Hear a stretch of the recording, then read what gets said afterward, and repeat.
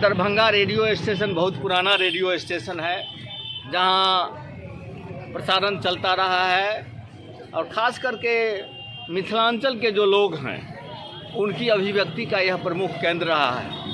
हिंदी के साथ साथ अन्य भाषाओं के साथ साथ मैथिली में भी यहाँ प्रसारण होता रहा है। गांव के जो किसान मजदूर लोग हैं उनकी भी अभिव्यक्ति, उनकी पीड़ाओं की भी अभिव्यक्ति यहाँ से होती रही है और इसको अचानक बंद करने का फैसला लिया गया है सरकार के द्वारा कि अब इसको सिर्फ रिले केंद्र बना करके रखा जाएगा, सब कुछ पटना से होगा।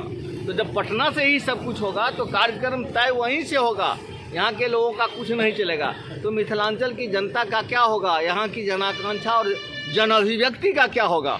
तो इसको बंद करके सीधा मिथिलांचल की जनता की जो अभिव्यक्ति है उस पर हमला किया गया है, रेडियो स्टेशन पर हमला किया गया है, जनाकांक्षा का पर हमला किया गया है। ये मिथिला की जनता का अपमान है। इसीलिए हम लोगों ने इसके खिलाफ आज प्रतिरोध मार्च निकाला है, जसम, RYA, इंसाफ मंच और आयशा की ओर से। आज जो प्रतिरोध मार्च जो निकाले हैं उसको लेकर के जो अगर आपकी मांग की पूरी नहीं की जाती है तो आगे का कार्यक्रम क्या होगा आपका?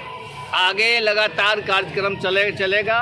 उसके बाद जो आंदोलन का बृहत्तर रूप है वह रूप भी धारण किया जाएगा। रोड जाम करना पड़ेगा, रोड भी जाम किया जाएगा और आगे तक पटना तक भी आंदोलन चलता रहेगा। क्या नाम हुआ आपका? मेरा नाम सुरेंद्र सुमन, जसम राष्ट्रीय कार्यकारिणी सदस्य।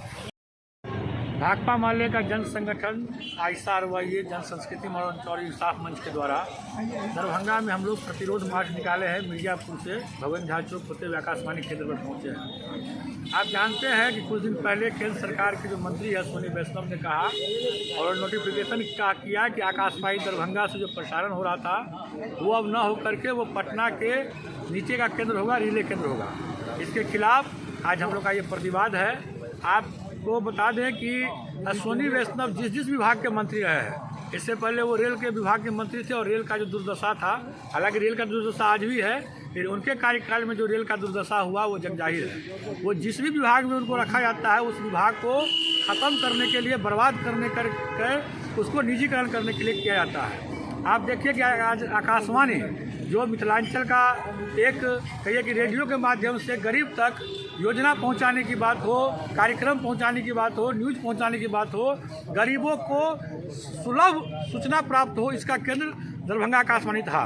लेकिन आज दरभंगा आकाशवाणी को रिले केंद्र में तब्दील करने की साजिश चल रही है। उसके बगल में गीत एवं नाटक के विभाग था, जहां कलाकार लगातार रिहर्सल करते थे, प्रैक्टिस करते थे।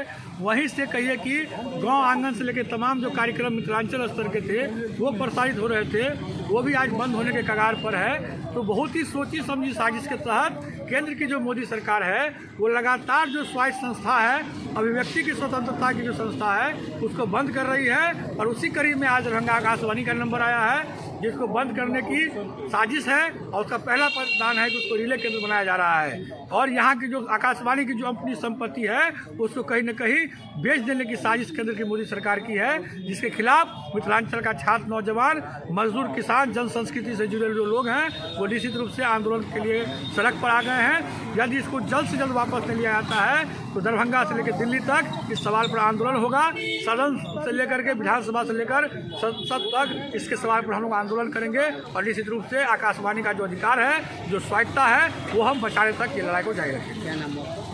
संदीप कुमार चौधरी, राज्य सह सचिव, इनकलाबी नौजवान सभा RYA।